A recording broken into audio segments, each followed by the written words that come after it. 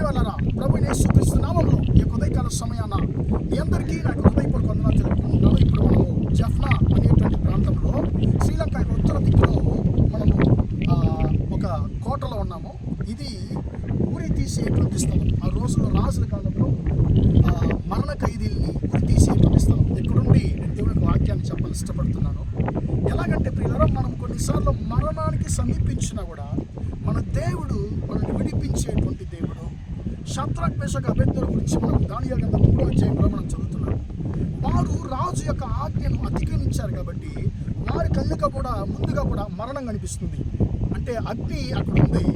ఆ అగ్ని ఏడింతలు అది ఎక్కువగా పెంచబడుతుంది. ఇప్పుడు రాజు మళ్ళీ చివరికి ఒక అవకాశం ఇస్తున్నాడు. వారు అంటున్నారు, మేము ఆరాధించేటువంటి మా దేవుడు మమ్మల్ని తప్పిస్తాడయ్యా అని చెప్పంటున్నారు. ప్రియమైన దేవుని పిల్లరా, దేవునికి అప్పగించారు. వారు ఆ అగ్నిలో పడవేయబడ్డారు. అగ్నిలో పడవేసేంత వరకు దేవుడు అనుమతించాడు. కానీ అగ్నిలో పడవేసినప్పుడు ప్రియమైన దేవుని పిల్లరా, అద్భుతకరంగా దేవుడు తన దూతను పంపి వారిని విడిపించారు. ప్రియమైన దేవుని పిల్లరా, ఇప్పుడు రాజు భయపడుతున్నాడు, రాజు ఆందోళన పడుతున్నాడు. మనం ముగ్గురిని కదా పడేశాము, కానీ నలుగురు తిరుగుతున్నారు, వారికి ఏ యొక్క అపాయం రాలేదని చెప్పి రాజు వణుకుతున్నాడు. రాజు అంటున్నాడు, అయ్యా మీరే బయటికి రండి అని చెప్పండి వారిని పిలుస్తున్నాడు. ప్రియమైన దేవుని పిల్లరా, వారు బయటకు వచ్చినప్పుడు అగ్ని వారి మీద ఏ ప్రమాదాన్ని చూపించలేదు, తన బలాన్ని చూపించలేకపోయింది.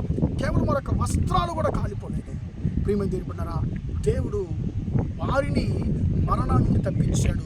మిమ్మల్ని కూడా దేవుడు మరణం నుంచి తప్పించగలిగే దేవుడుగా ఉంటున్నాడు. కొన్నిసార్లు కొంతమంది అంటున్నారు, నా కళ్ళ ముందుగా చావు కనిపిస్తుంది బ్రదర్ అని చెప్పి అంటున్నారు. ఇప్పుడు ఎలాగైతే ఈ యొక్క అది కళ్ళు ముందుగా మనకు మరణం కనిపిస్తుందో అలాగా కొన్నిసార్లు నాకు చావు నా కళ్ళు ముందు కనిపిస్తున్నట్టుంది అని చెప్పి కొంతమంది అంటారు. మీ జీవితంలో కూడా మీకు చావు కళ్ళు ముందు కనిపిస్తుందా?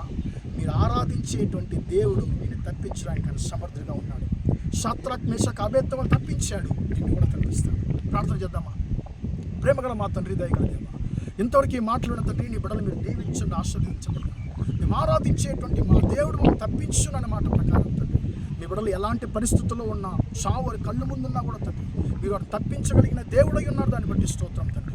మీ బిడ్డలు ఎలాంటి ఇబ్బందుల్లో తండ్రి పరిస్థితుల్లో ఉన్నా కూడా తండ్రి మరణ ద్వారాలకు మీ బిడ్డలు సమీపించిన వారిని మీరు విడిపించగలిగిన దేవుడు తండ్రి. మీ బిడ్డలు విడిపించండి. ఈరోజంతా కూడా మీ బిడ్డలు చేసే అన్ని విషయాల్లో మీ హస్తం తోడును ఆశీర్వదించండి. వారికి అద్భుతాన్ని జరిగించండి, శత్రువులను హెచ్చించండి. యేసు నామములో ప్రార్థిస్తున్నాను తండ్రి. ఆమేన్, ఆమేన్. ప్రియమైన వాళ్ళారా, దేవుడు నుండి ఆశీర్వదించండి. Praise the lord.